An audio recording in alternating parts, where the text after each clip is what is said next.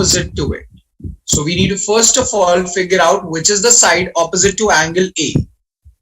So in this figure, just to let you know, neither BC nor CD is the side opposite to angle A. The side which is actually opposite to angle A is going to be BD. And to find out BD, we need to join the two vertices B with D. If you join the vertex B with vertex D, you'll figure out and encounter the fact that this figure has been actually divided into two triangles. And as we know that whenever we are asked to solve out a question, we are expected to divide the figure into parts, and those parts should be triangles. Now, what we are going to do is we are going to start with the smaller triangle. So first of all, we'll take in triangle BCD. If you analyze, two of the sides are given to us as 5 and 5. And if we figure out the third side BD, the third side BD has to be lesser than the sum of the two sides and has to be greater than the difference of the other two sides. That means BD has to be something in between 0 to 10. Now the point is very much simple, that it is a side, so it has to be something greater than 0, but it cannot be 10, it has to be something lesser than 10. That's what we have calculated out here. Now, if you look at triangle BAD, in triangle BAD, we have already concluded that BD is going to be something lesser than 10. And we also know this fact that AB is equals to AD is equals to 10. Now, you can notice this fact, this side is 10, this side is 10. And if the third side also turns out to be 10, then this triangle BAD will become an equilateral triangle. That means if I say BD is also 10, then triangle BAD will become an equilateral triangle, which implies that angle A needs to be 60 degrees. But this is not possible. Now, why it is not possible? Just on the simple grounds that we have already concluded BD to be less than 10. If we have already concluded BD to be less than 10, then BD cannot be 10. If BD cannot be 10, if BD has to be less than 10, then the side opposite to it, then the angle opposite to it, not side, then the angle opposite to it has to be less than 60 degrees.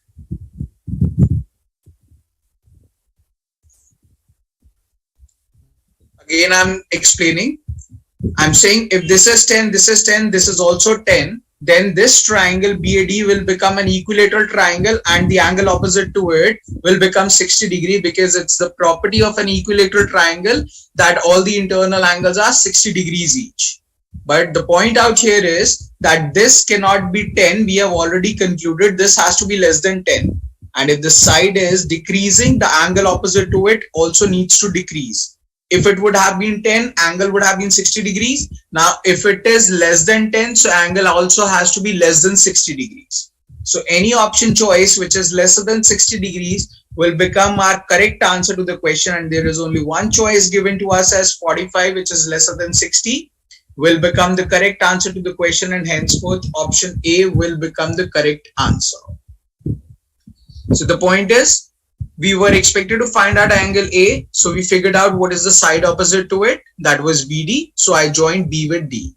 By joining BD, I got two triangles and we analyzed the side BD in context to that. So in triangle BCD, two of the sides were given to us as 5 and 5, so third side has to be less than 10. In triangle BAD, two of the sides are already given to us as 10 and 10. If third side also turns out to be 10, then the triangle will become an equilateral triangle. But this is not possible. This third side cannot be 10. It has to be something lesser than 10. If the side is lesser than 10, then the angle opposite to it has to be lesser than 60 degrees, because in that case, it cannot be an equilateral triangle. So if side decreases, the angle opposite to it will also decrease. And that's how we will calculate any value which is lesser than 60 degree will become the possible answer in this question. And had it been 59.9 degree as well, it would have been considered as the correct answer to the question. So anything less than 60 will work in this scenario. So guys, does this question make sense to everyone?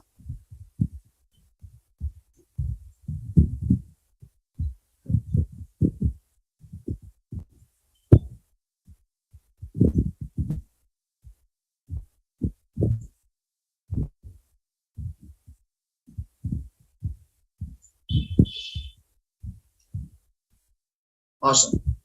You can take this question as one of the most difficult question in GMAT, and this is the way you are expected to analyze the question. Make a note of it and then we'll move on.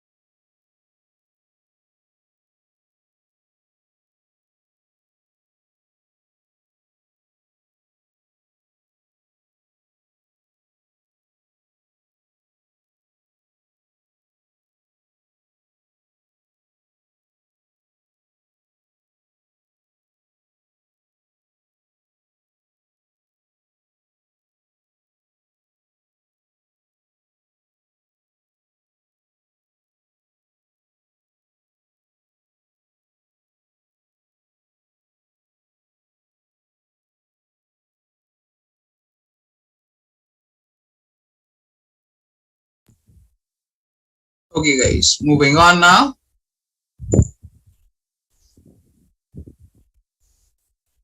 Now please try out this question.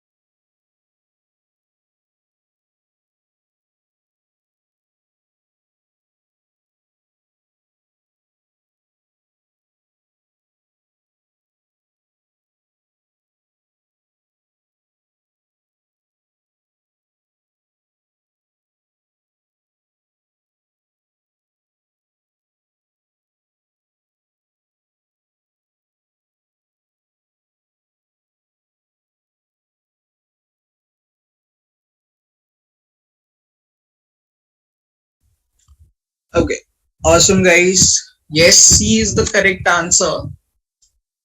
Let's see why and how. So out here, if you analyze, this is given to us as 105 degrees, this is 30 degrees. So automatically, when you will calculate, the third angle will turn out to be 45 degrees. Now, I have told you this fact as the basic concept that whenever you see 30 degrees or 45 degrees or 60 degrees, and if you do not see 90 degrees, then you need to create that 90. Creating the 90 degrees means that you need to drop a perpendicular from one of the vertex.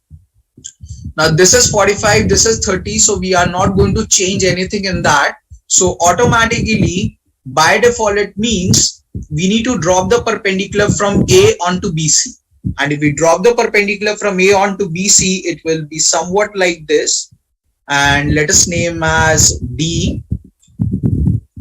And this will convert this big triangle into two triangles, and we can simply see that this angle is 90, this is 30, so automatically the third angle will become 60 degrees. And in the other triangle, this angle is 90, this is 45, so third angle will be automatically 45. Now we are given that the side AB is 8 units, and we are asked what is the area of this triangle. Now the point is, area of the triangle goes by the formula half into base into height. And I have already told you that base and height should be perpendicular to each other. So now you can clearly see that there was no 90 degrees. So you created a 90 degree as AD. So out here, half multiplied by base, which is what I'm going to write afterwards. And height out here is going to be AD. Now if AD is the height, then obviously this AD as the perpendicular is on the base BC. So BC will become base in this situation.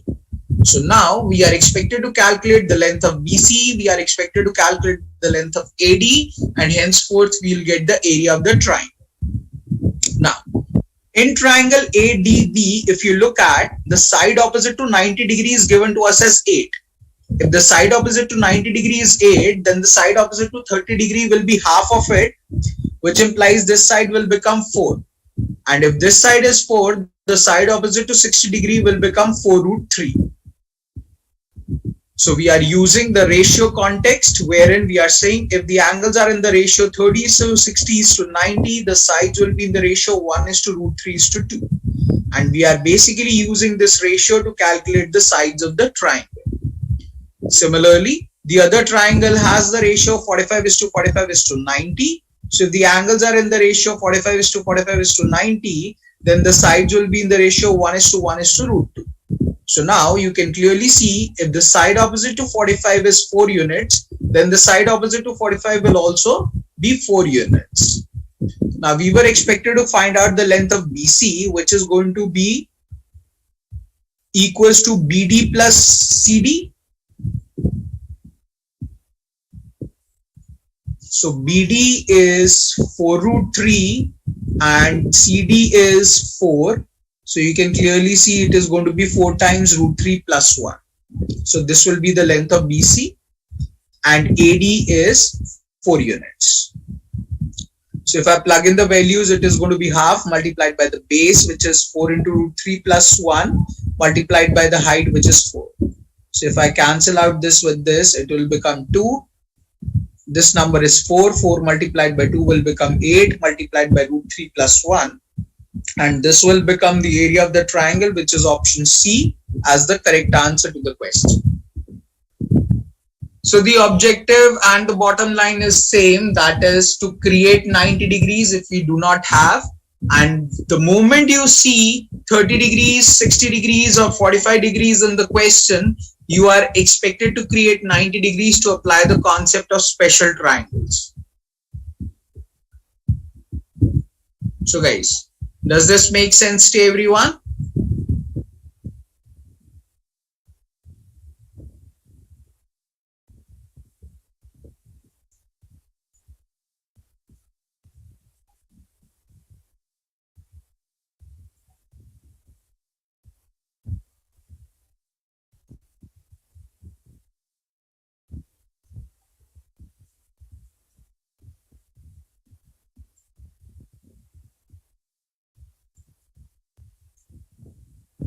So my sleeping beauties, tell me, are we all clear about this question?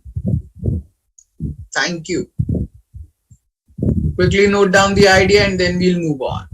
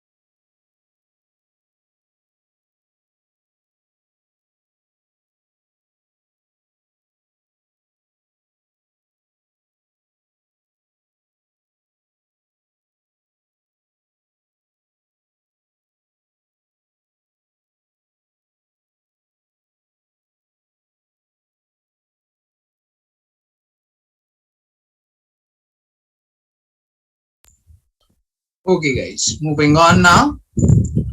Now the next idea or the concept we are going to talk about is the concept of similar triangles or similarity of triangles.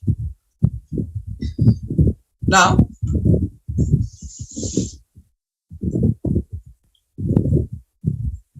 let's say there is a triangle ABC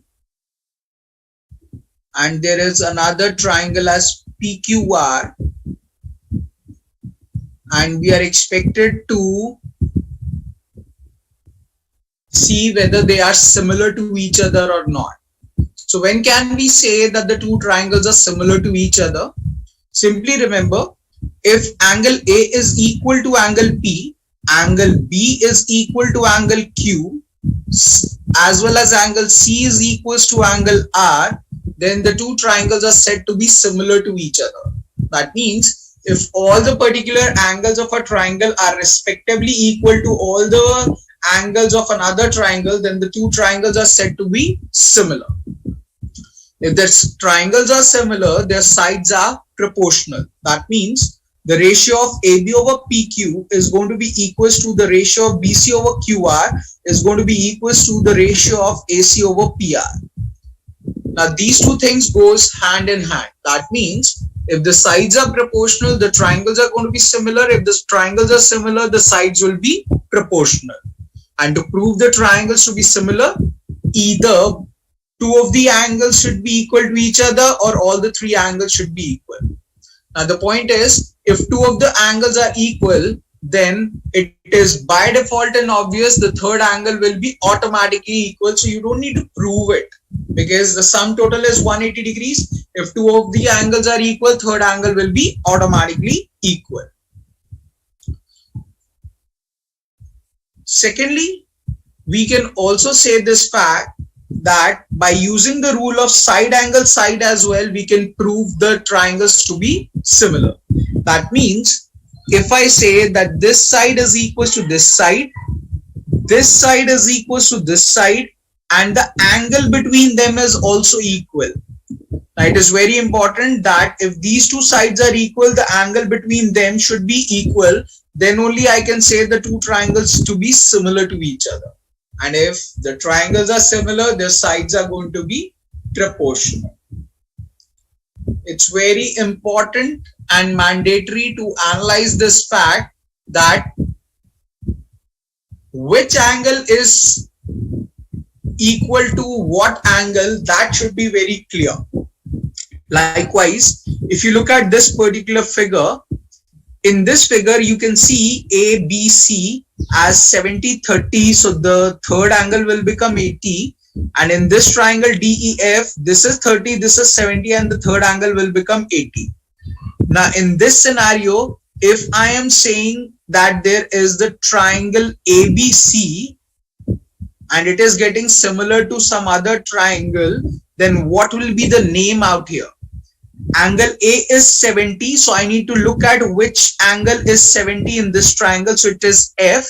So A is going to be correspondingly equal to F. So I'll be writing F first. Then after A, I wrote B. B is 30 degree. So where is 30 degree? It's D. So that will turn out to be here. And finally, I wrote C. C is 80 degrees. So E will come at the end.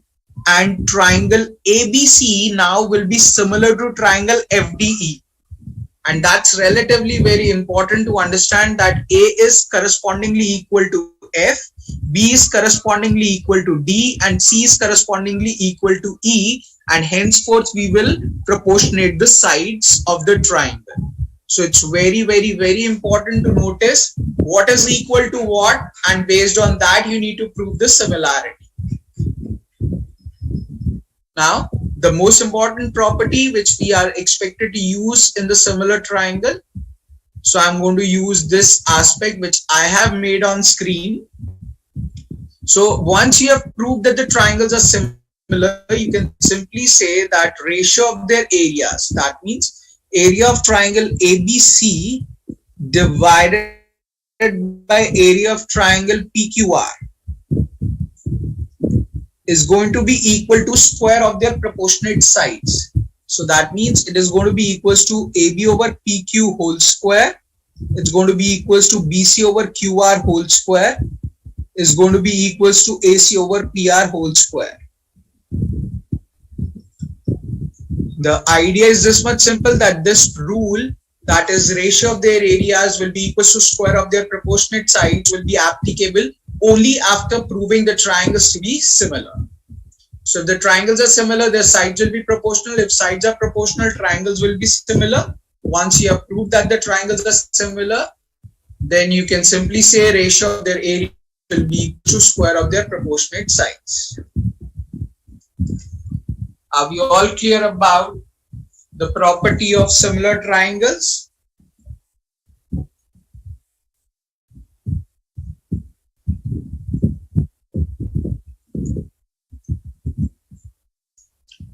Awesome, then make a note of it and then we'll move on.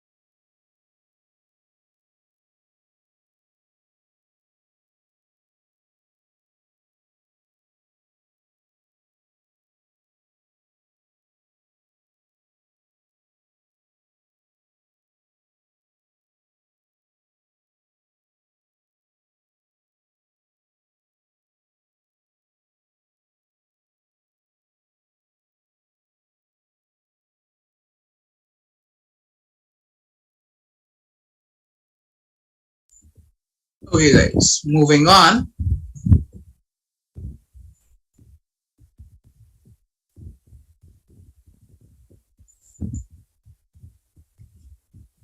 So here is the point from the formula sheet. I would like you all to attempt this and post your answers in the chat box. Quickly try it out. Just a minute I will give.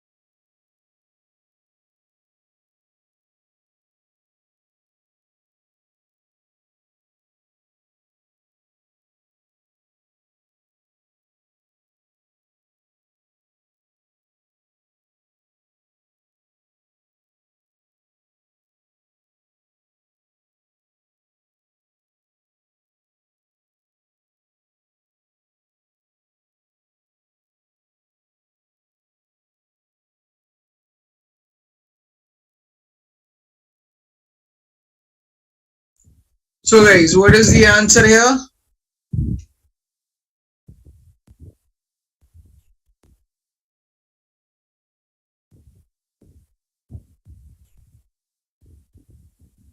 Okay, let us see then.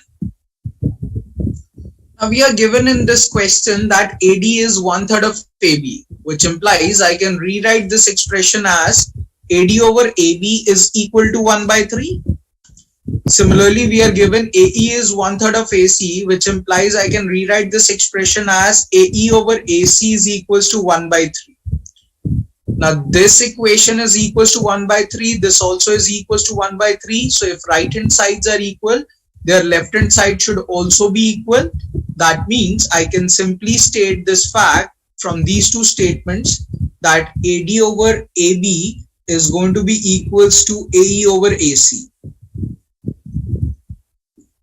Now if you look at the two triangles, that is ADE and ABC, ADE and ABC, you'll encounter the fact that their sides are proportional and angle A is common to both of them. If angle A is common to both of them, that means angle A is equal. Sides are proportional, angle A is common, that means the two triangles ADE and ABC will be similar to each other. And we know if the sides are similar, if the triangles are similar, the ratio of their areas will be equals to square of their proportionate sides.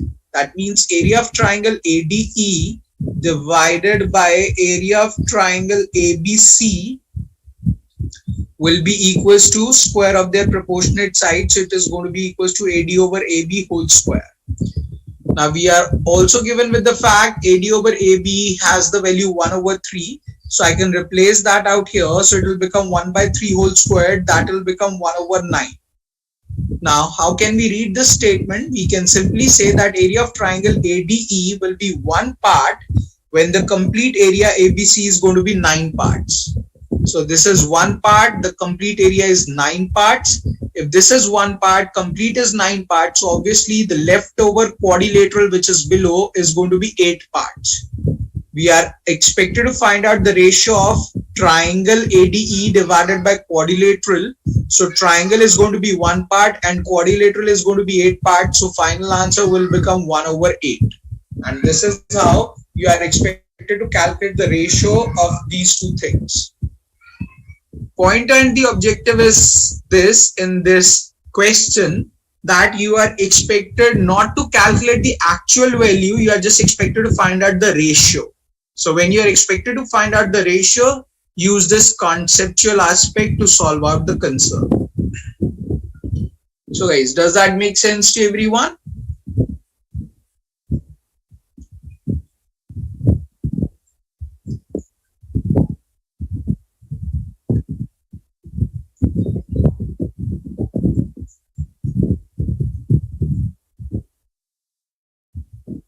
Awesome, then quickly note down the idea and then we'll move on.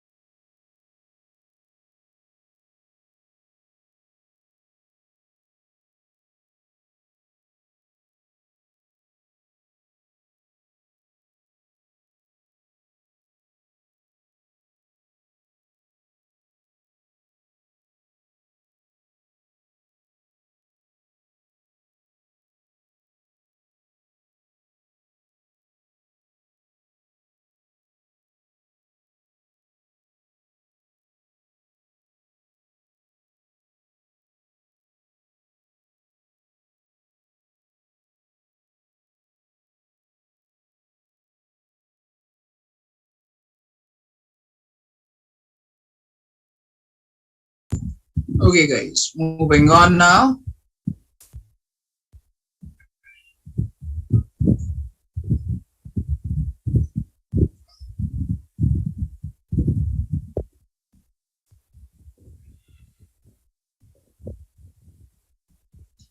So Sandeep, when did I say they are congruent?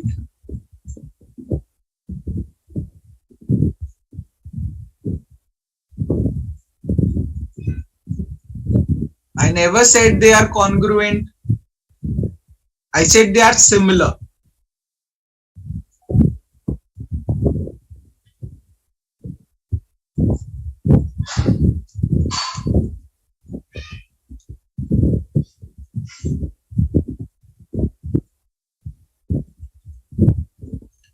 So basically the point is, this is triangle ADE and this is triangle ABC. So you can clearly see angle A is going to be same. That means it is going to be equal, and we just proved that the sides of these two triangles are proportional. AD over AB is equals to AE over AC. So we know this fact, if sides are proportional, triangles are congruent. So that's how we can simply say that the two triangles are going to be similar to each other. They are not congruent and they can never be. In this question, they can never be congruent. And otherwise, congruency is not tested in GMAT, so just keep it out.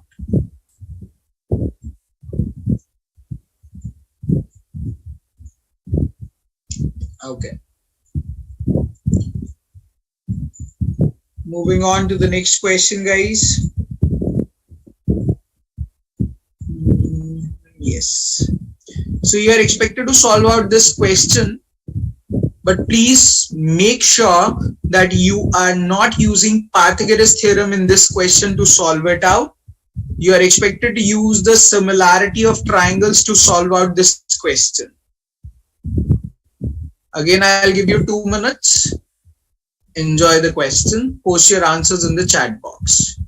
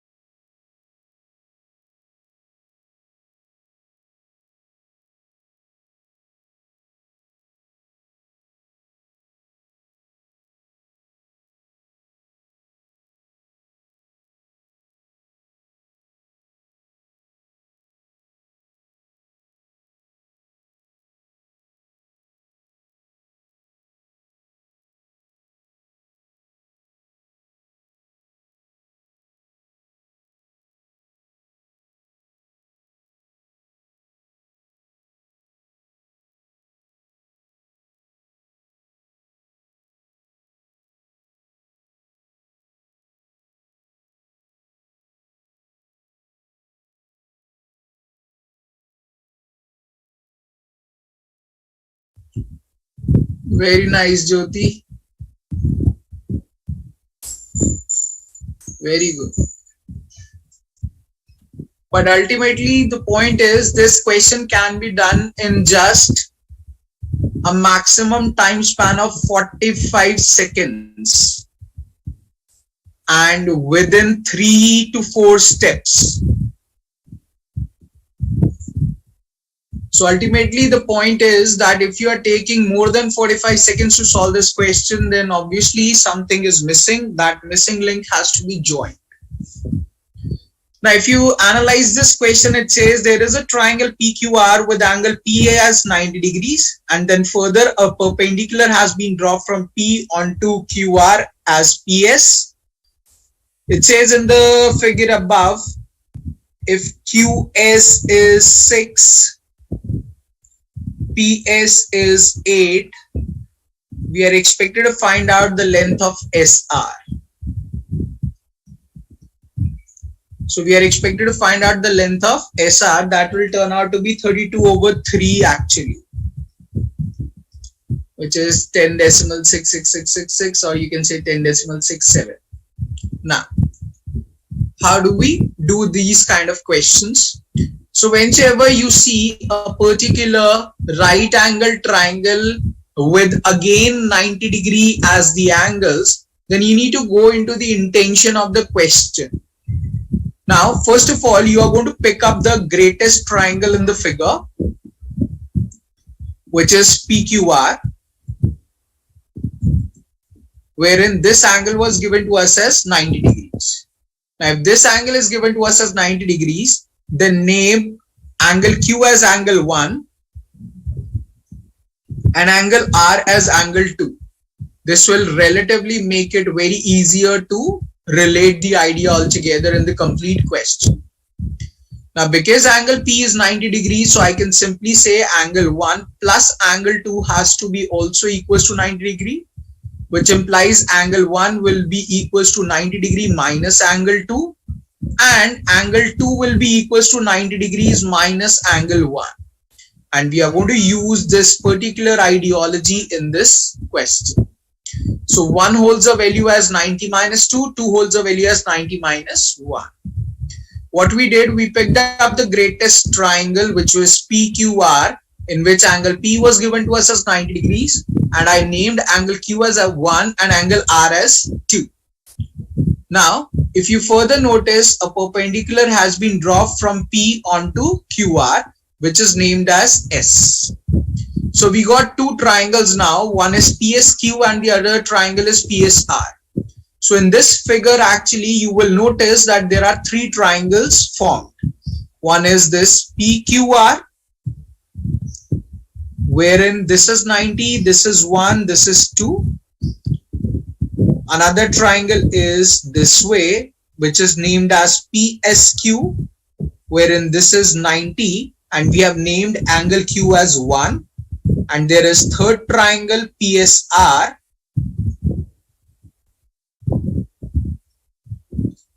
wherein this is 90 degree and we have named angle R as 2. Now, if you notice in the three triangles, this one, and this one, you can clearly see that two of the angles are equal. One is 90, 90, 90, 90. In this triangle and this triangle, angle 1 is same. In this triangle and this triangle, angle 2 are same. So that means the three triangles are going to be similar to each other because two of the angles are equal to each other. So you can simply relate out the idea that the three triangles are similar to each other.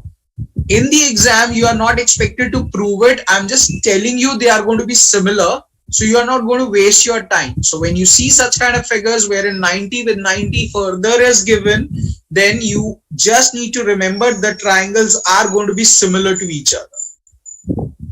Now further, if you look at triangle PSQ, this one, you will encounter the fact that one of the angle is 90 degree and the other is named as 1. So the third angle needs to be 90 degree minus angle 1. And 90 degree minus angle 1 means it needs to be angle 2. So I'm going to name it as 2. So here in this figure, this will be named as 2. Similarly, in triangle PSR, one of the angle is 90 and the other angle is 2. So automatically the third angle will be 90 degrees minus angle 2, and 90 degrees minus angle 2 holds a value as angle 1. So I'll name it as angle 1. That means in this figure it will be named as 1. So now the purpose was to name all the angles as 91 to 91 to 91 to in all the triangles, which I have simply done.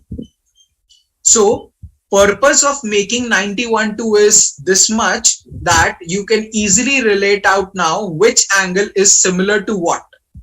So angle 2 is going to be similar to angle 2, angle 1 is going to be similar to angle 1, 90 is going to be similar to 90. That's the whole objective. Now, if you notice in this question, this side is given to us as 6, this side is given to us as 8.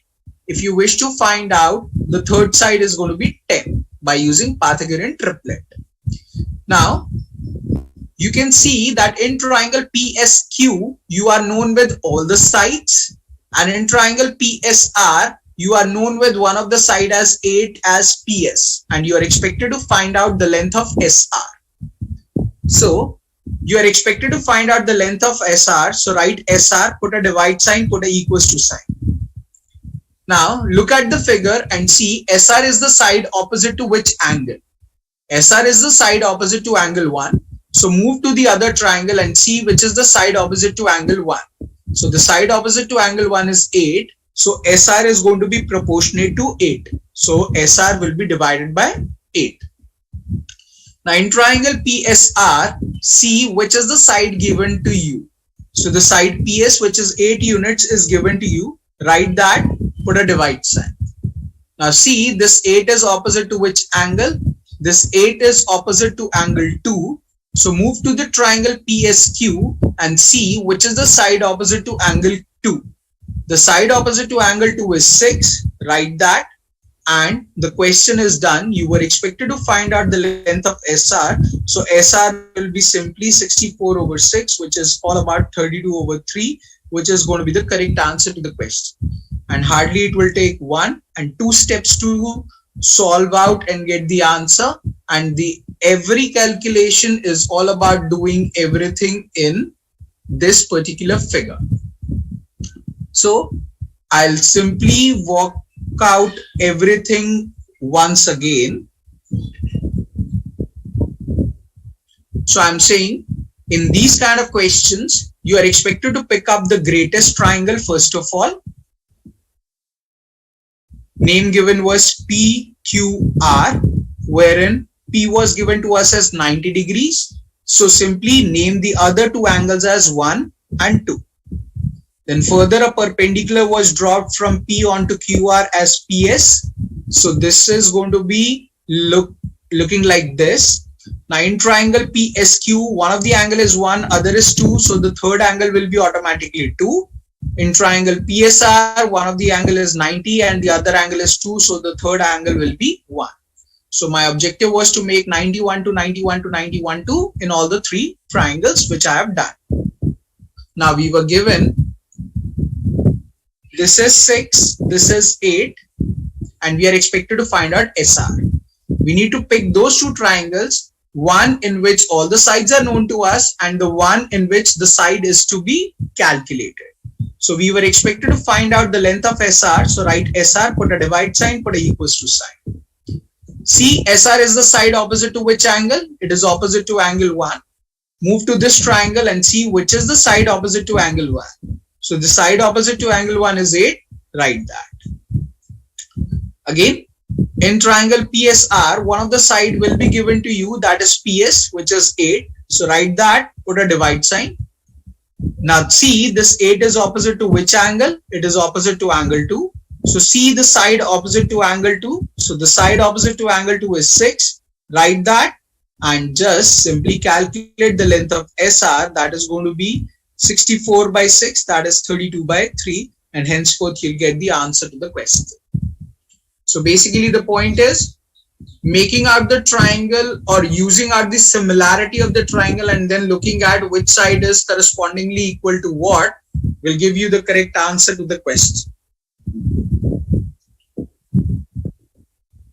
So guys, does this approach make sense to everyone?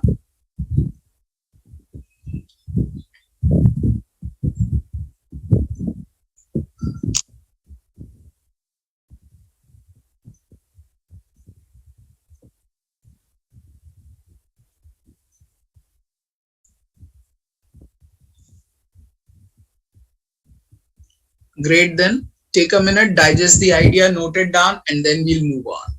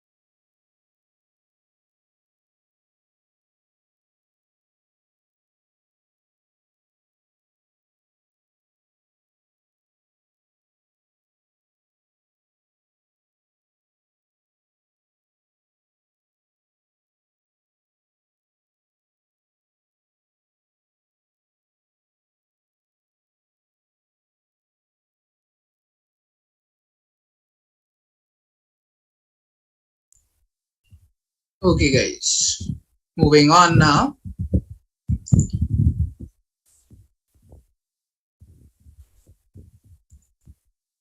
Now, the next idea we are going to talk about is the properties of a quadrilateral. So, let us begin with the basics at first.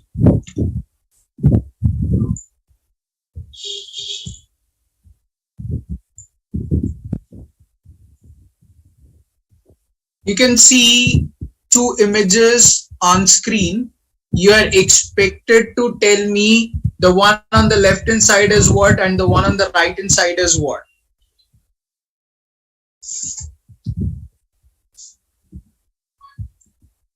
And it would be great if you open the mic because I have a lot of questions. So one of you can open the mic and quickly answer the context.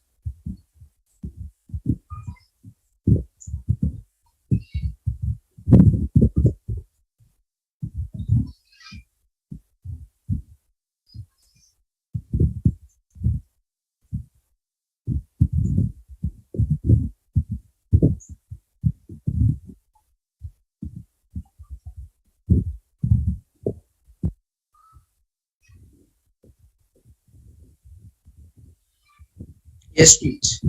The figure on the left is what? The figure on the right is what?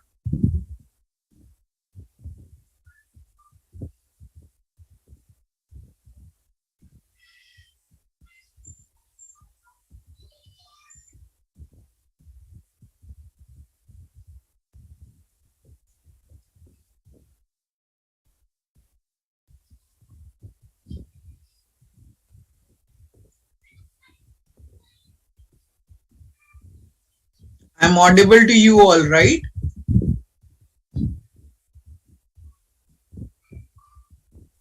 Yes, sir. Yeah.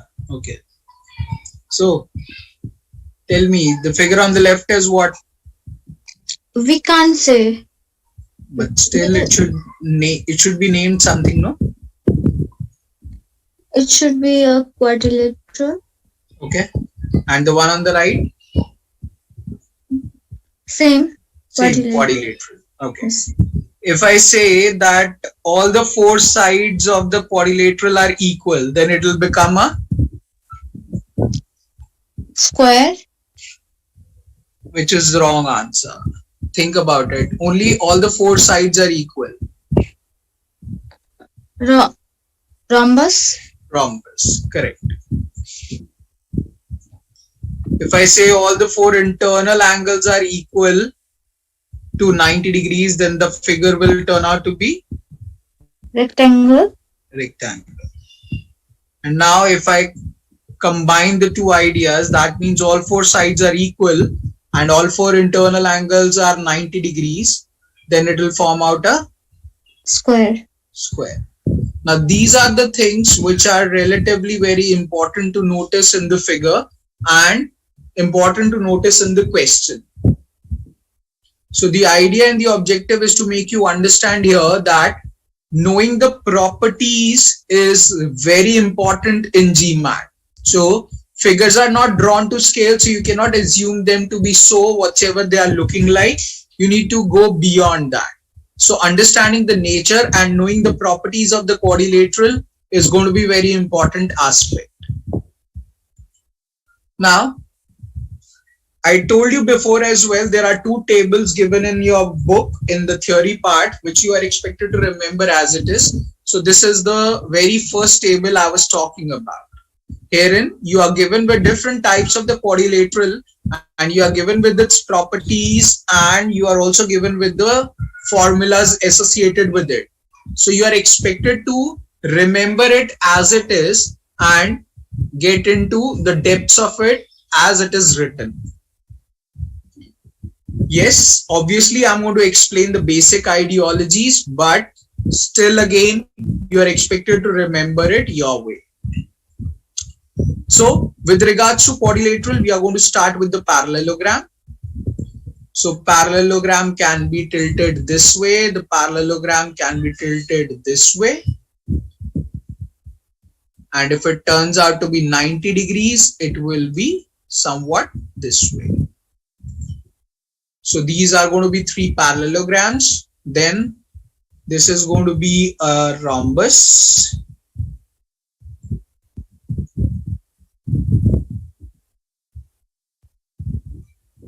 This is going to be a square.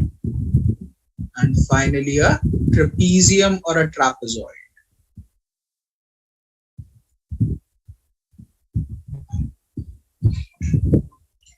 So what's a parallelogram? Simply remember, a parallelogram is a figure in which opposite sides are equal as well as parallel. So out here, opposite sides are equal as well as parallel, so it will turn out to be a parallelogram. The perpendicular distance between two parallel lines is known as height, and obviously this perpendicular is on this base, so this will be considered as base, and area in this scenario will be simply base into height. Same goes in this case as well. So this much will be the height, this will be the base, area will be base into height. In the case of rectangle, the opposite sides are equal to each other and the internal angles are going to be 90 degrees each, and henceforth this is called as length, this is called as breadth or width, and the area is simply length multiplied by width, which is going to be used as finding out the area, which is as same as base into height. So out here the base is length and height is width. So base into height is going to give you the area. In case of rhombus, all the four sides are equal to each other. this is going to be equals to this, is going to be equals to this, is going to be equals to this. The only difference is the angles. So angles are going to be different. That is why it is going to be termed as rhombus. In this particular case, the two diagonals are going to be of different lengths. And to find out the area, we are going to use the formula as half multiplied by diagonal 1 multiplied by diagonal 2. Now you can simply relate the idea this way, that a square is going to be a special type of, either you can call it as rhombus or a special type of rectangle. Herein all the four sides are equal to each other, as well as all the four internal angles are 90 degrees each. So it can be termed as a special type of rhombus or a special type of rectangle. Now in this particular case, area can be calculated as side multiplied by side, which is going to be side square. And if you take out the diagonals as the base, means if you are expected to find out the area of this square using its diagonals, then you can simply see the area of rhombus is half into diagonal 1 into diagonal 2. But in case of square, the two diagonals are going to be equal in length. So area in this scenario will become half multiplied by diagonal multiplied by diagonal. That will make out half diagonal square.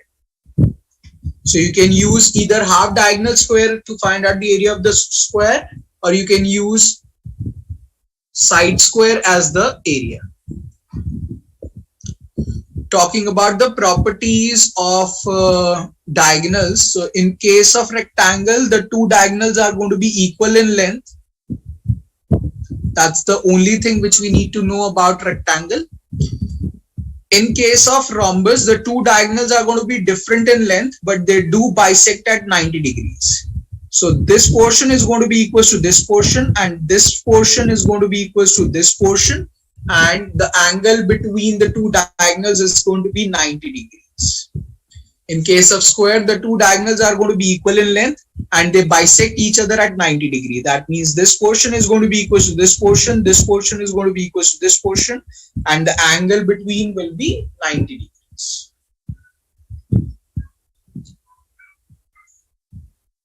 Now this is trapezium or a trapezoid, both means the same thing.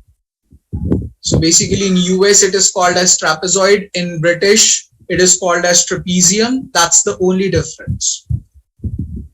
So out here, let's say this side is A, this side is B. So the two sides are going to be parallel to each other. The perpendicular distance between them will be considered as height, and area in this case will become half multiplied by sum of parallel sides multiplied by the height between them. So this is how you can calculate the area of the trapezium.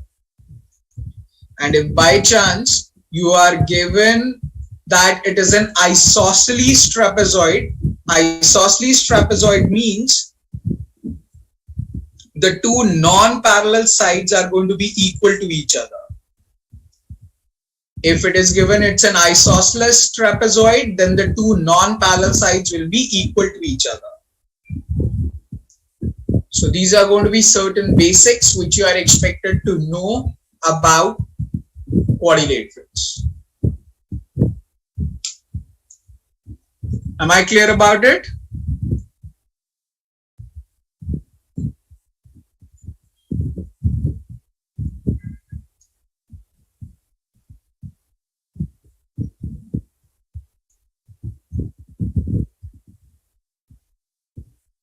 So note down the idea and then we'll move on.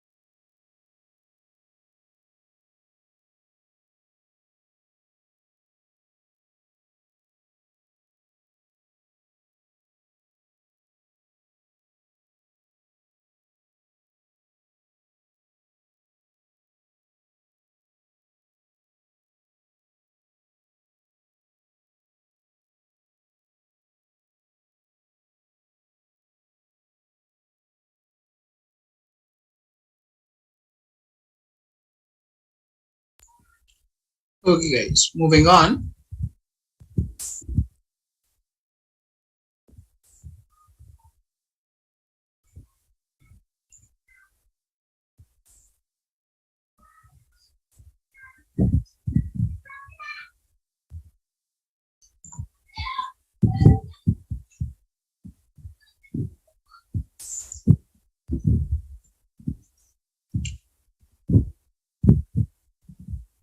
Let's name it as A, B, C and D.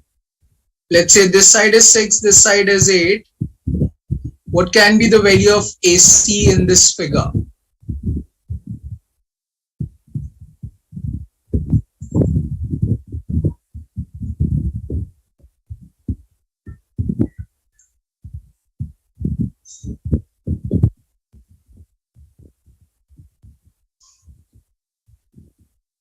Tanuja, you told me that you cannot assume it to be rectangle until and unless it is given in the question. Are you given angle B as 90 degrees?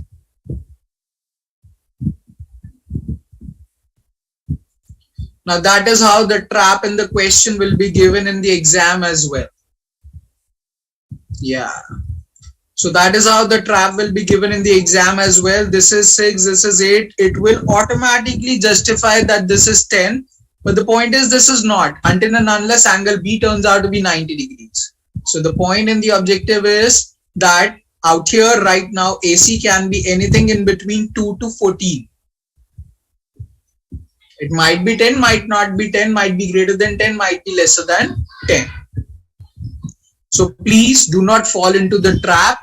Don't go by the looks of the question. Now, moving on, just a second. Now it is given that this angle B is 90 degrees, this is 8, this is 6. So now what will be the value of AC? Definitely 10. Now, I don't know whether you guys have noticed or not, but when I asked you previously, I asked you what can be the value of AC, what can be the value of AC. And now I ask you what will be the value of AC. So this is going to be a huge difference while looking at the question. So can means a possibility, will means a definite answer. So just be conscious about this fact.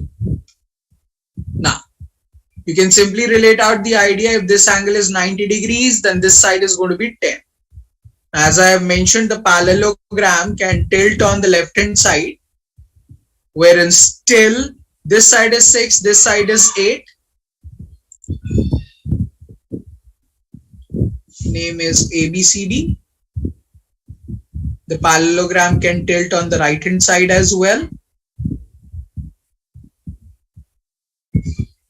This is A, this is B, this is C, this is D, this is 6, this is 8, and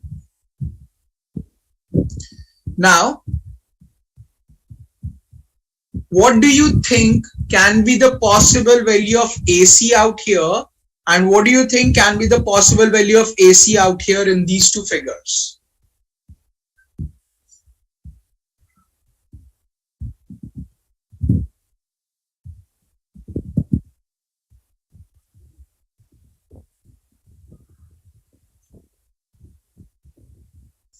It is already given that ABCD is a parallelogram.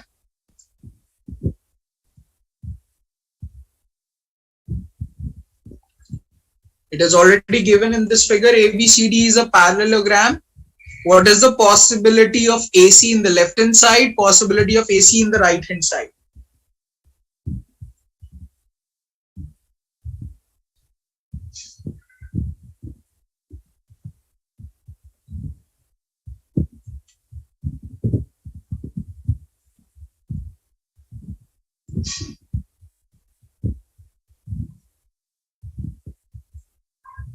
Anyone who wants to attempt for this, open your mic and speak.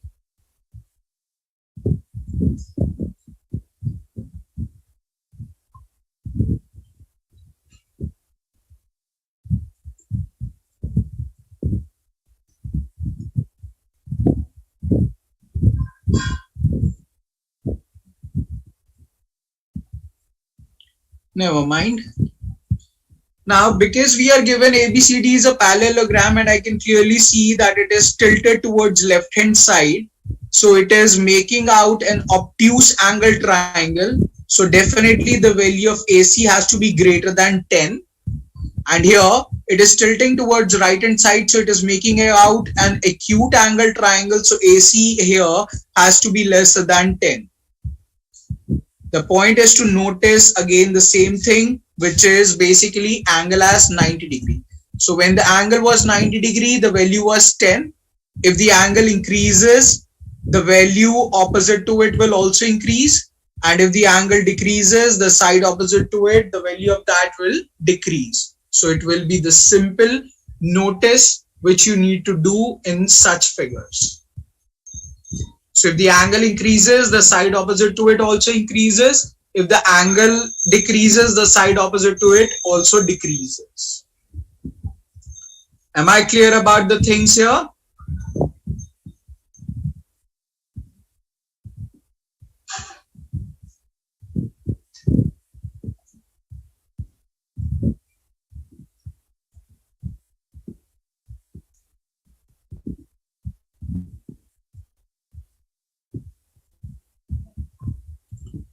Awesome. So guys, we'll take out a break here for about 15 minutes and then we'll resume the class. Enjoy your break. See you guys after 15 minutes.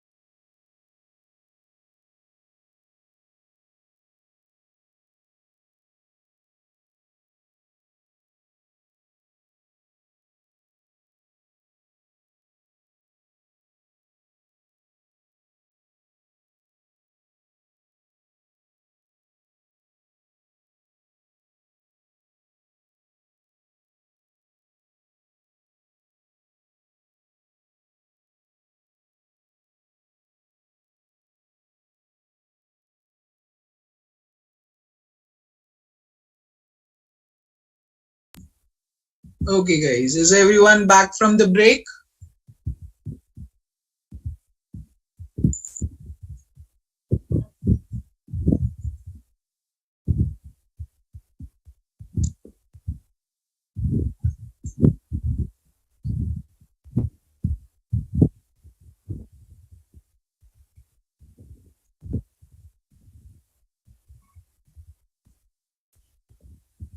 Yes, please. Is everyone back from the break?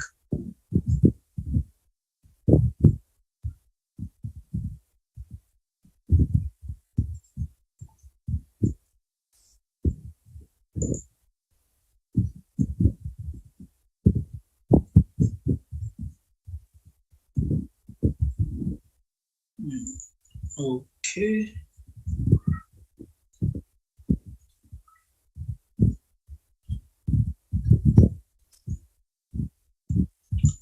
Now we'll be discussing certain points from the formula sheet.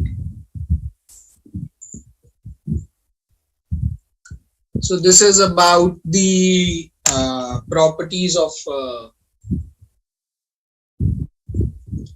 the three different figures, rectangle, square, and rhombus, with regards to their diagonals. So it's a yes no concern. So we are going to go figure by figure. So first of all, we are going to talk about rectangle, then square, then rhombus, and it's a yes no concern. So in case of rectangle, diagonals are always equal. Yes. Diagonals always bisect at 90 degrees. No. Diagonals are always angle bisector. No. So in case of rectangle,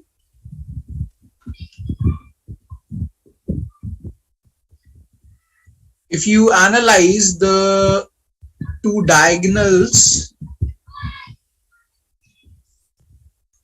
one will be this way and the other will be this way. So out here, he is asking us, are the diagonals bisecting at 90 degrees? So can I say this angle is 90 degree? No. Can I say it is an angle bisector? That means this angle is equals to this much? Obviously not. So that's why we are using no and no in this case.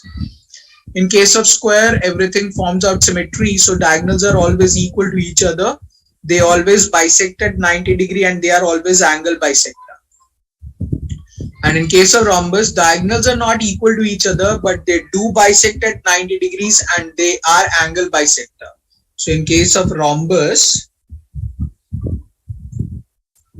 they do bisect at 90 degrees. So this angle is going to be 90 degrees and they are angle bisector. So this angle is going to be equal to this angle. So these are the properties which you are expected to know with regards to the diagonals of the figure. Point number 58, area of the square using its diagonal. We have already figured out that that is going to be half diagonal square. So area of the rhombus is half into diagonal 1 into diagonal 2. In case of square, the two diagonals are equal to each other. So it will simply become half diagonal square.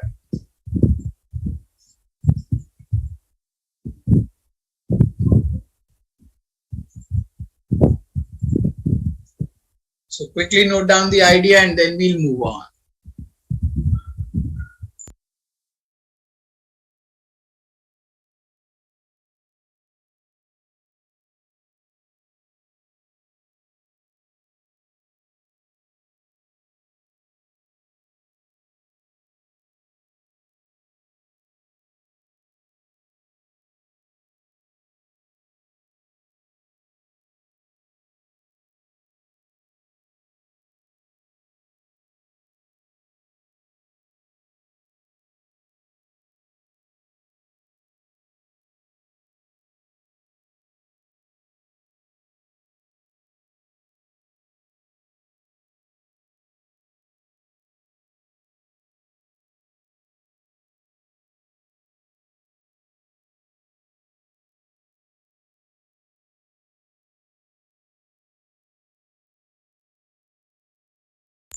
Okay guys, moving on.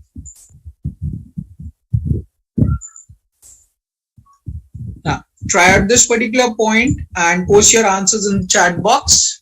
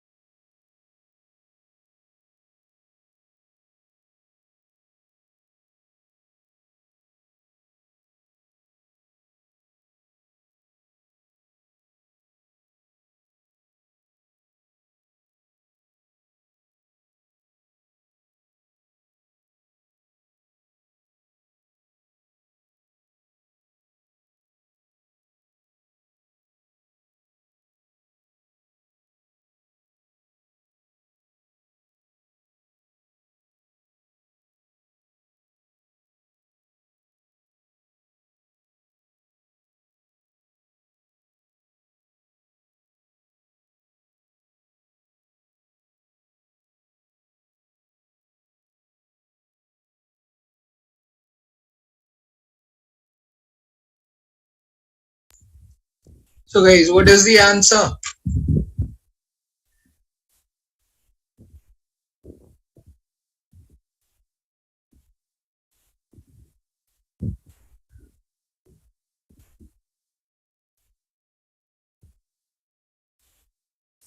Okay.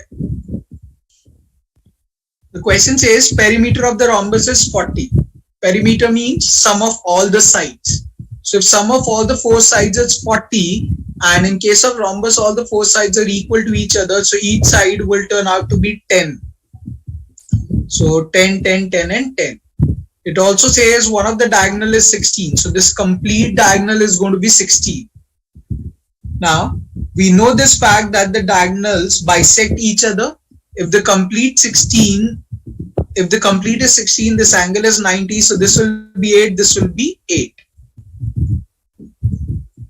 If you name this as A, B, C, D and the center point as O. So in triangle AOD, if you notice, base is 8, hypotenuse is 10. So the height will become 6. That means if OD is 6, then OB will also be 6. And henceforth, I can say one of the diagonal was given to us as 16 and the other diagonal we calculated as 6 plus 6, which is going to be 12. So now we know that area is half into diagonal 1 into diagonal 2. So using that, it will become half into 16 into 12. So it's going to be 2 8 is 16 and 12 is 96 square units will become the area of this rhombus. So basically the idea is to fill up the gaps and then get the answer in place. Are we clear about this question?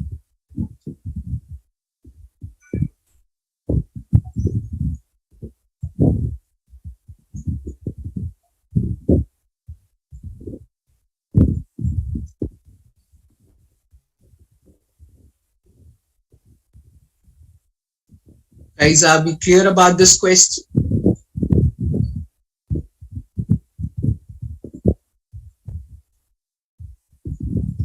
Awesome then. Make a note of it and then we'll move on.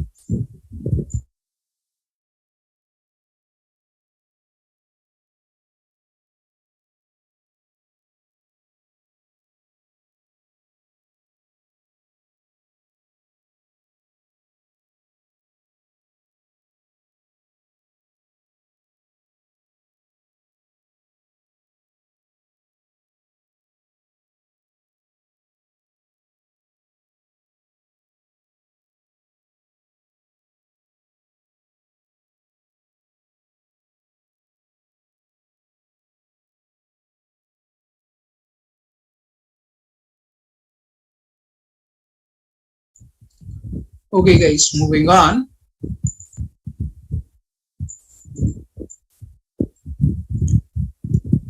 Now, point number 60 is somewhat similar to, no, it's It's already we have done. When is the area of the triangle largest if two of the sides are given? When the angle between two given sides is 90 degrees. So when the angle between two given sides is 90 degrees, the area of the triangle will become the largest. Now, looking at point number 67, it is saying that in this given figure, it's a rectangle. So let us first of all talk about the property which is going to be used in out here. So there are three things. First of all, if two lines are parallel to each other, then the perpendicular distance between these two parallel lines will always be same. If two lines are parallel to each other, the perpendicular distance between two parallel lines is always going to be same. So let's say there is a parallelogram. Let's name it as ABCD. And there is a triangle ABE.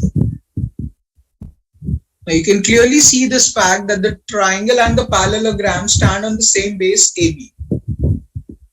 Now if you further notice, the height of the parallelogram is going to be equal to the height of the triangle.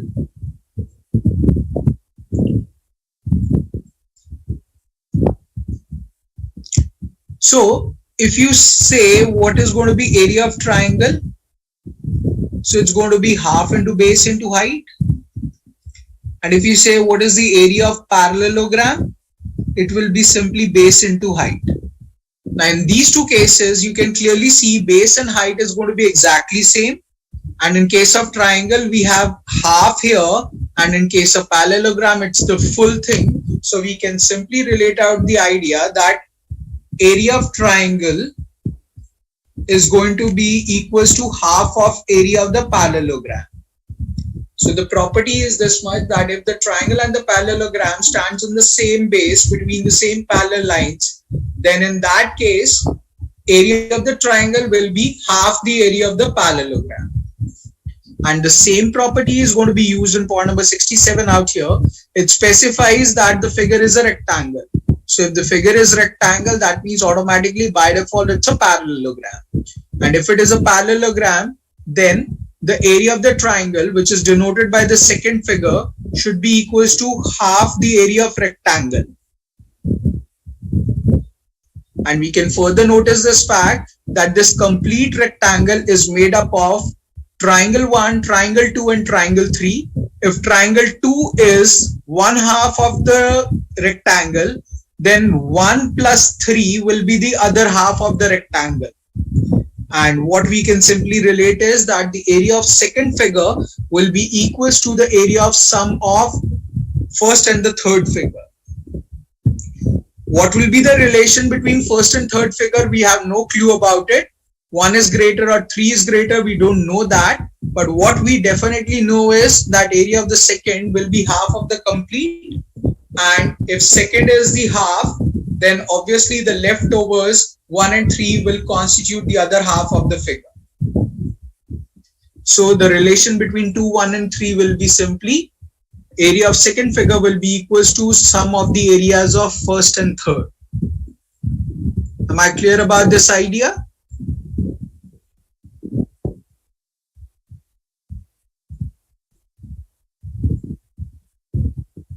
Awesome then. Note down the property, note down the point, and then we'll move on.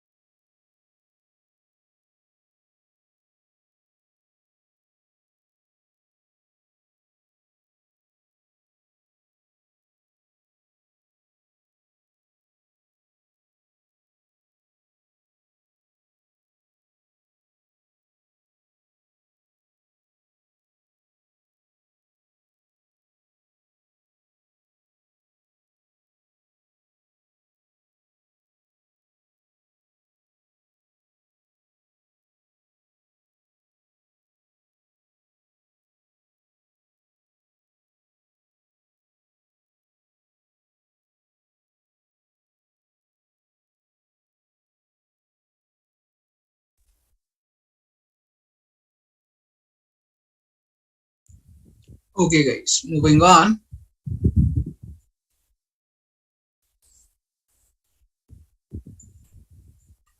So this we have already discussed. Area of trapezium is all about half multiplied by sum of parallel sides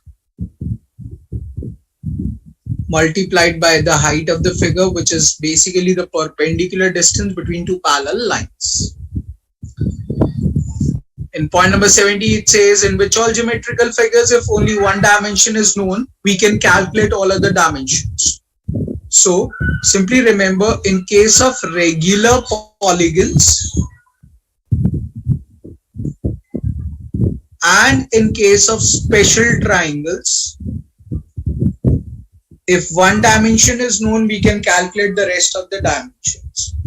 As we know, if the angles are in the ratio 30:60:90, the sides will be in the ratio 1:√3:2. Similarly, if the angles are in the ratio 45:45:90, the sides will be in the ratio 1:1:√2. And if the angles are in the ratio 30:30:120, then the sides will be in the ratio 1:1:√3. So the point is, if we know this ratio, or if we remember this ratio, if any one of the side is given, then using this ratio context, we can calculate the other dimensions. And we have already discussed, but again giving you a depth concern, what are regular polygons? Polygons in which all sides are equal to each other and at the same time all angles are also equal to each other, then we call them as regular polygons. If all sides are equal to each other as well as all angles are equal to each other, then they are called regular polygons. It's mandatory that all sides and all angles should be equal to each other at the same time. That is why only equilateral triangle out of all types of triangle is a regular polygon. Similarly, in case of quadrilateral, only square is a regular polygon, and with the rest of the figures, that means pentagon, hexagon, heptagon, octagon, nonagon, we just simply write regular word alongside. So regular heptagon means all 7 sides equal, all 7 internal angles equal. Regular hexagon means all 6 sides are equal, all 6 internal angles will be equal to each other. So obviously, in case of regular polygon, if we know one side, all the other sides are going to be equal to each other. So automatically we know all the sides here. Are we all clear about it?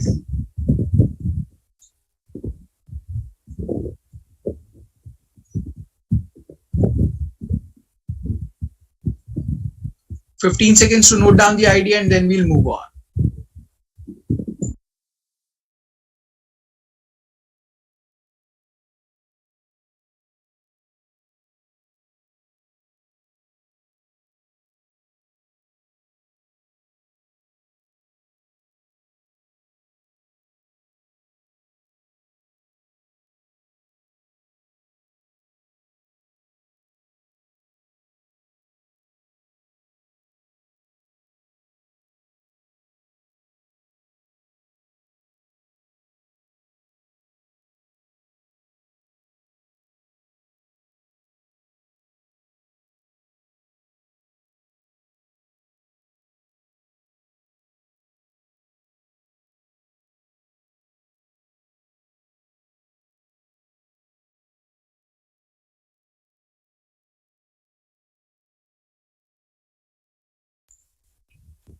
Okay guys, moving on. Now we are going to talk about in detail a regular hexagon.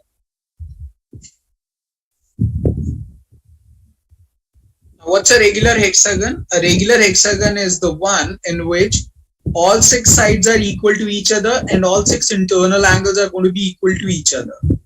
If I wish to find out the sum of all the internal angles, I'll be using the formula as n minus 2 into 180, wherein n will turn out to be the number of sides, so it will become 6 minus 2 into 180. And this gives me the sum total of all the angles of a regular hexagon. Now, First of all,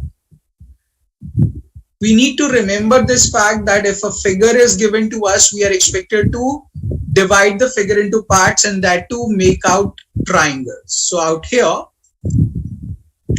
the very first thing which you need to remember about this figure is that this figure will have 9 diagonals in all. Out of these 9 diagonals, 3 are going to be long diagonals, which are going to be equal to each other, and 6 are going to be small diagonals. Now, if you notice, in case of a hexagon, from every vertex, you can draw 3 different diagonals. Now, if I name it as A, B, C, D, E, F, you can clearly see joining A with B and A with F, it will form out one of the side. But if I join A with C, it will be one of the diagonal. If I join A with D, it will be one of the diagonal. And if I join A with E, it is also going to be one of the diagonal. Just a second, guys.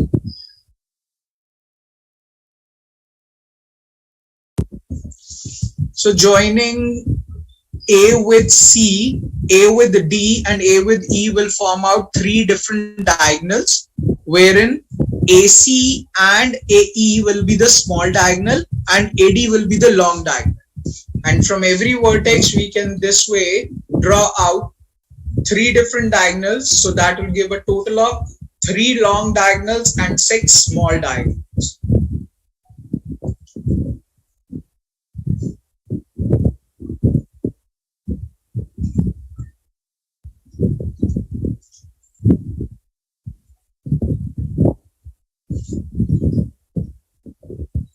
Now further, if you notice, if I join all the 3 long diagonals, sorry,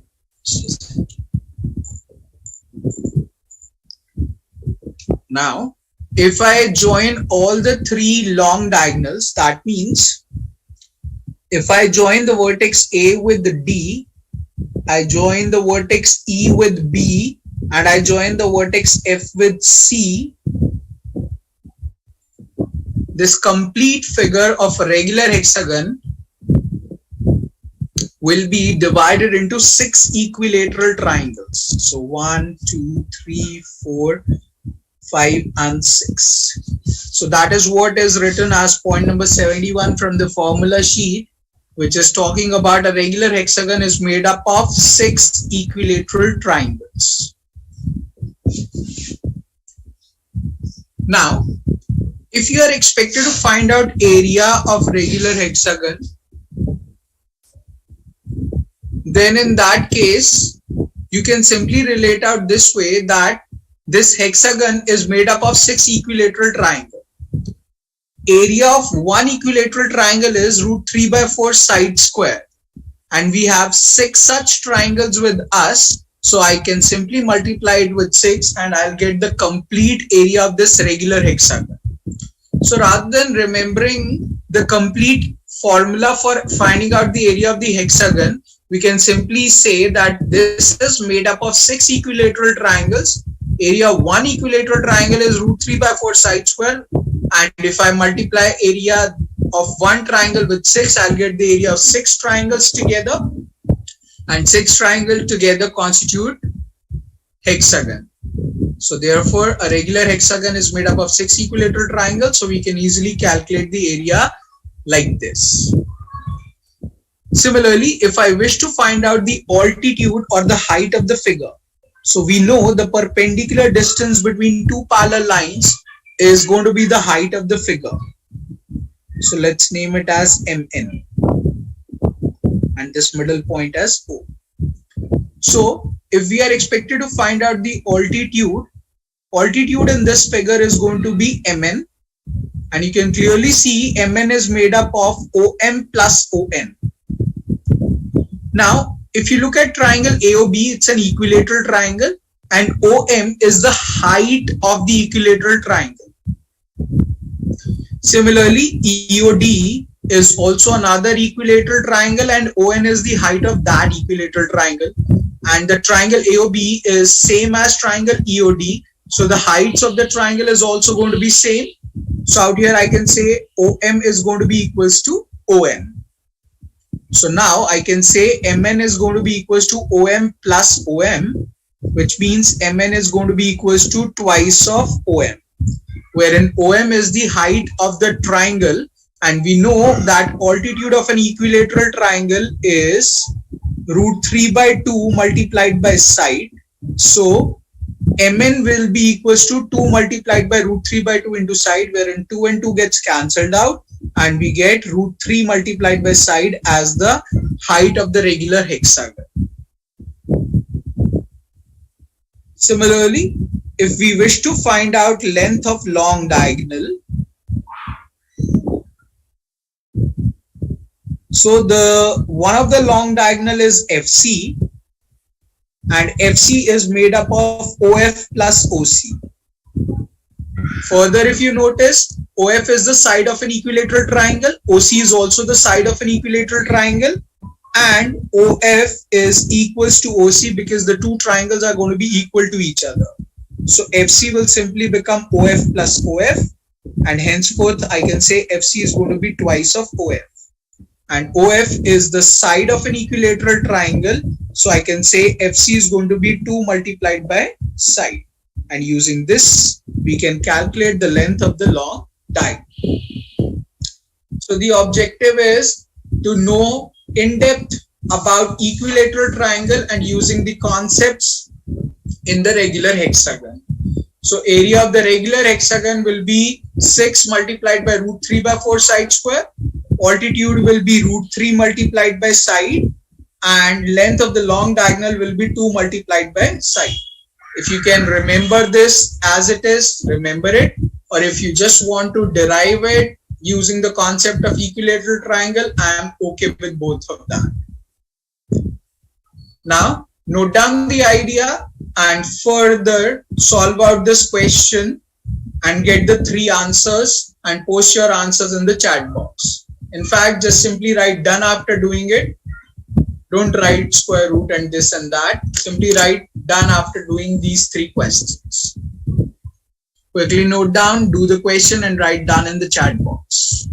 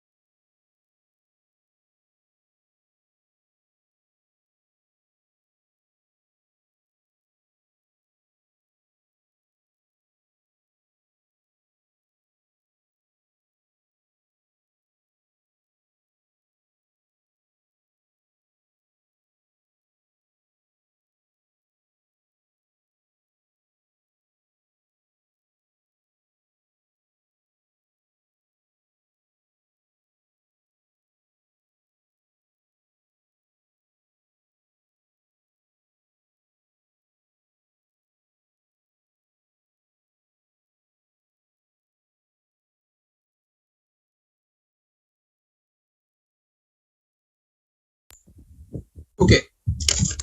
So out here, The side of the hexagon is given to us as 5 units. So if you replace side as 5, area will become 6 multiplied by root 3 by 4 multiplied by 5 square.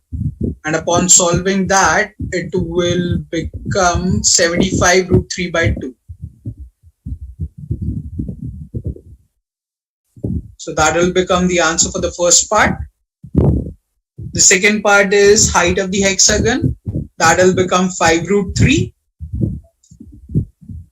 And length of the long diagonal, 2 into 5, that will turn out to be 10. So these will be the three answers out here. Bottom line, you just need to remember a regular hexagon is made up of 6 equilateral triangles. So guys, clear about the idea here?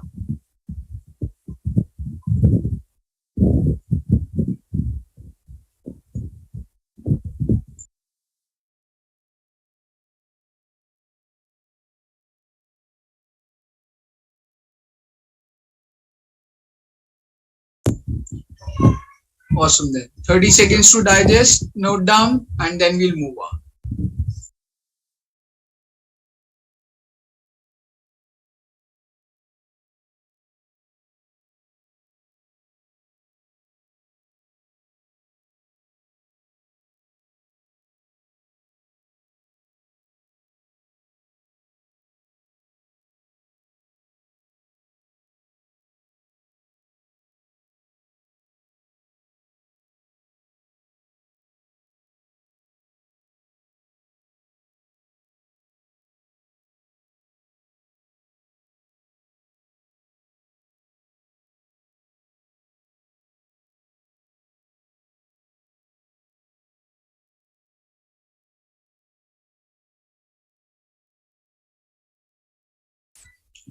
Okay guys, moving on.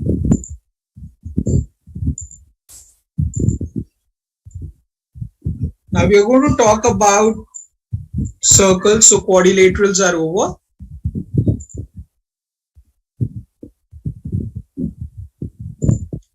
So 2-3 basic things which we need to know about the circles.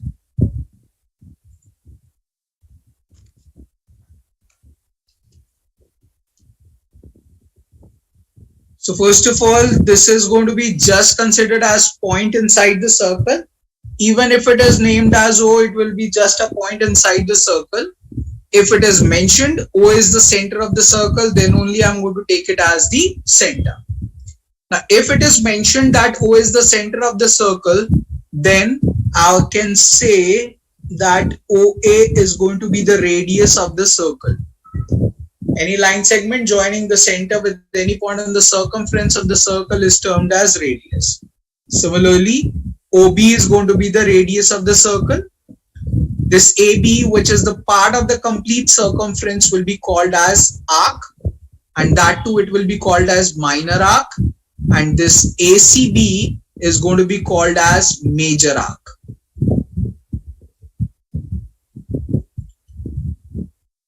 This minor arc AB is going to correspond some angle X at the center, and the major arc ACB is going to correspond this particular angle at the center, which will be 360 minus X. So we have already discussed this fact that if this is angle X, then the leftover angle will be 360 minus X. That is basically the reflex angle, and I'm using the same property out here as well.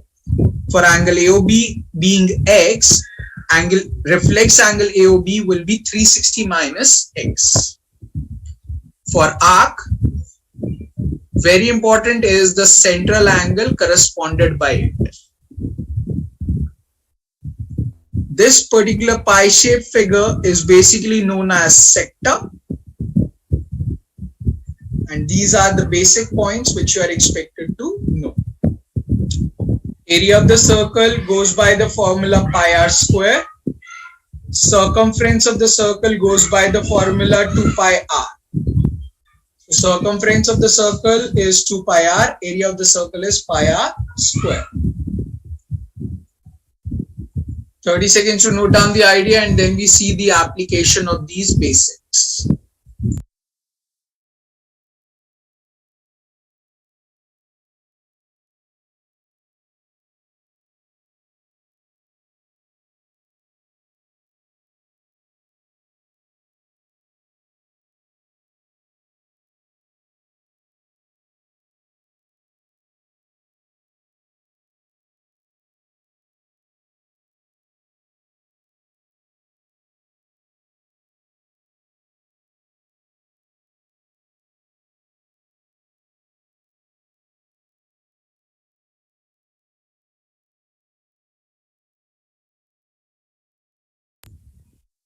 Okay.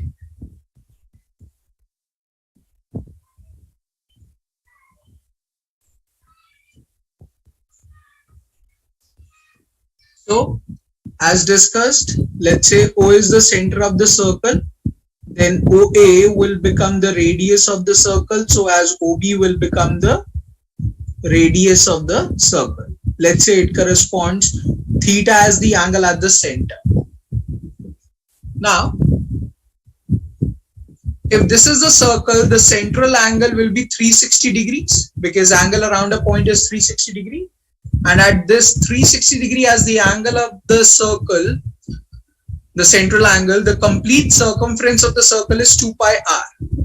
That means at 1 degree it will be simply 2 pi r divided by 360, and at some theta as the angle at the center, it will be theta over 360 times 2 pi r.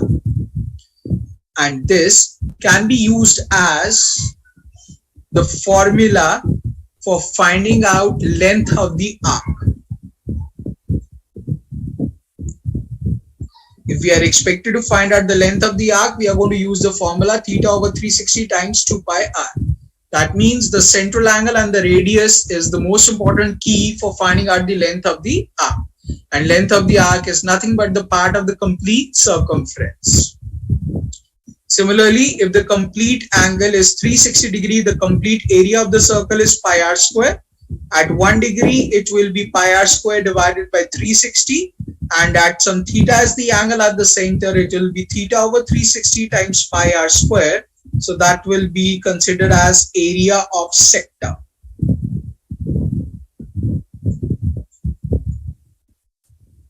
So area of sector is basically part of the complete area of the circle, and it is totally dependent on the central angle and radius of the circle. In the two formulas, what is most important to notice is the central angle and the radius is the key to answer the question. So if you know the central angle, if you know the radius, you can easily calculate the values. Am I clear about these points?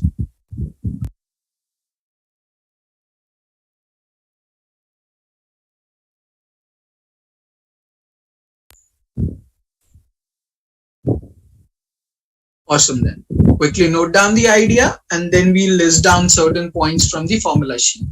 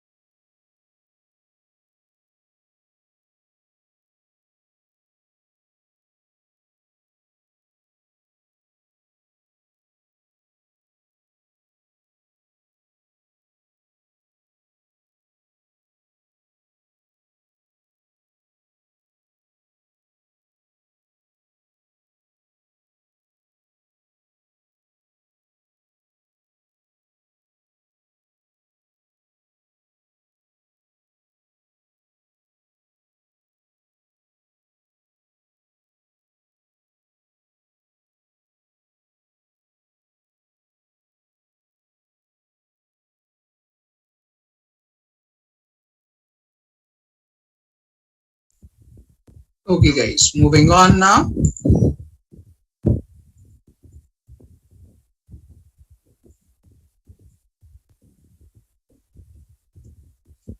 So point number 45 and 46 we have already discussed. Length of the arc is theta over 360 times 2 pi r. Area of the sector is theta over 360 times pi r square. Next, point number 47 is talking about inscribed figure.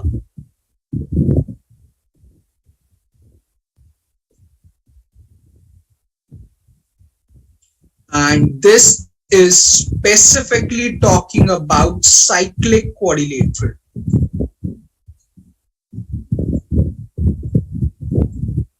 So first thing which you need to notice is that all the four vertices of the quadrilateral touches the circumference of the circle.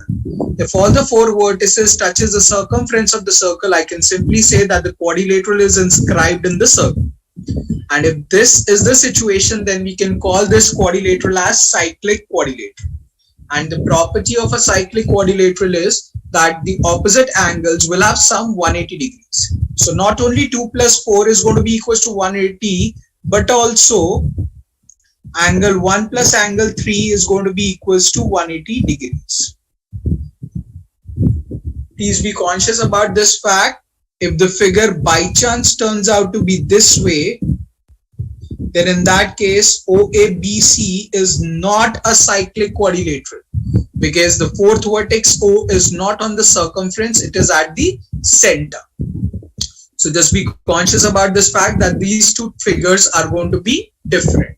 So you can apply this particular property of cyclic quadrilateral only when all the four vertices touches the circumference of the circle. Am I clear about these points?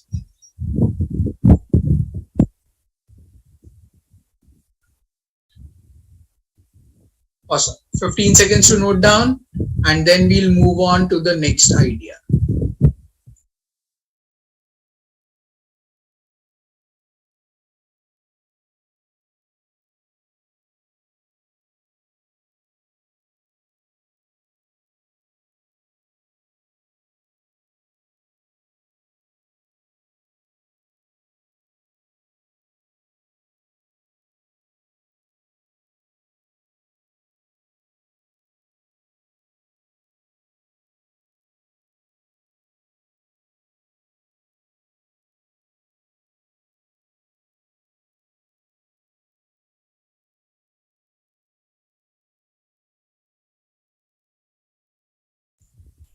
Okay guys, moving on now.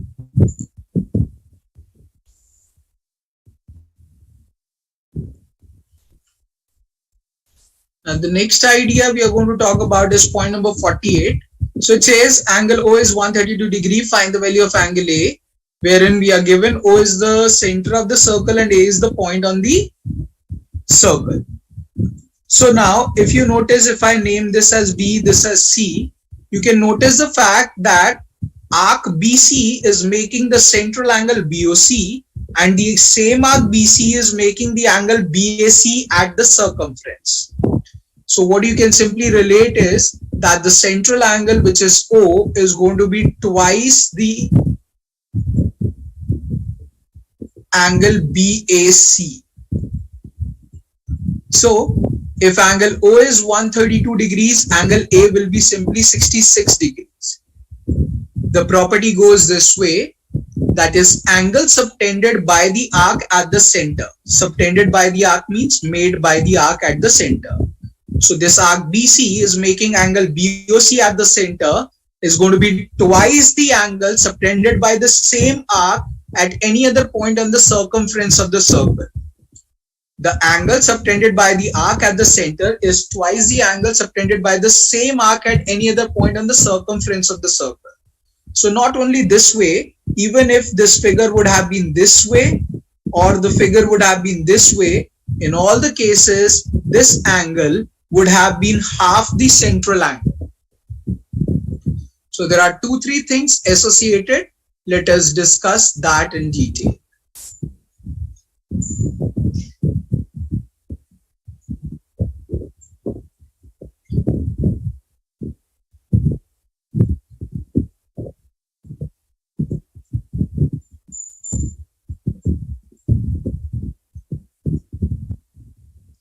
Let's say O is the center of the circle and we are given with this figure wherein we are given this angle as X and we are asked what is the value of angle B.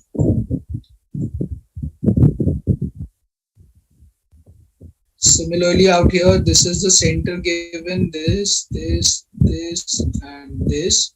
This is O, this is A, this is B, this is C. We are given this as X. And we are asked what is the value of angle B. Now how you are expected to relate this is, I'll start from the figure below. You can notice the fact that this AC as the arc is making this particular angle at the center. So if this angle is X, this will be simply 360 minus X. So this arc AC is making 360 minus x at the center, and the same arc AC is making angle ABC at the circumference. So therefore this angle ABC needs to be half of the central angle. So central angle is 360 minus x. So half of it will become the value of angle B. Similarly, this arc AC out here in the upper figure, this arc AC is making this angle at the circumference. So if this is x, this will be 360 minus x, and this arc AC is making 360 minus x at the center. So the same arc AC is making angle ABC at the circumference. So angle B will be simply half of the central angle, that is 360 minus x. And that's how you can easily calculate the values. So the point and the objective is the same, that arc whatever is making at the center should be twice of the same arc making some angle at the circumference. Am I clear about this point?